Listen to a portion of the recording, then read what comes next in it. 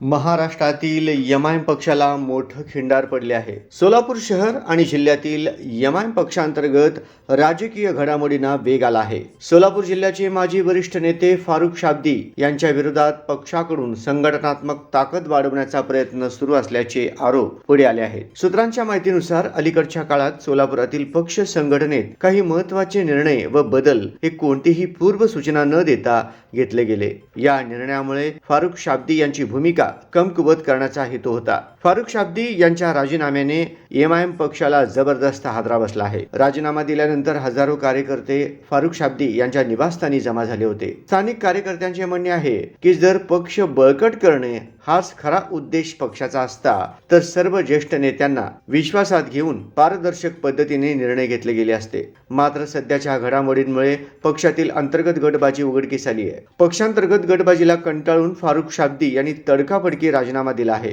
या प्रकारामुळे सोलापुरातील एआयएमआयएमच्या कार्यकर्त्यांमध्ये संभ्रम व असंतोषाचे वातावरण निर्माण झाले आहे. ऐन महानगरपालिका निवडणुकीत एमआयएम पक्षाला हादरा बसला आहे. आगामी सोलापूर महानगरपालिका निवडणुकीत पक्षाचे कामकाज कसे चालेल आणि किती नगरसेवक निवडून येतील याबाबत संशय निर्माण होत आहे. पक्ष नेतृत्वाकडून यावर कोणते स्पष्टीकरण दिले जाते याकडे सर्वांचे लक्ष लागले आहे. पाहत रहा लोकप्रहार न्यूज.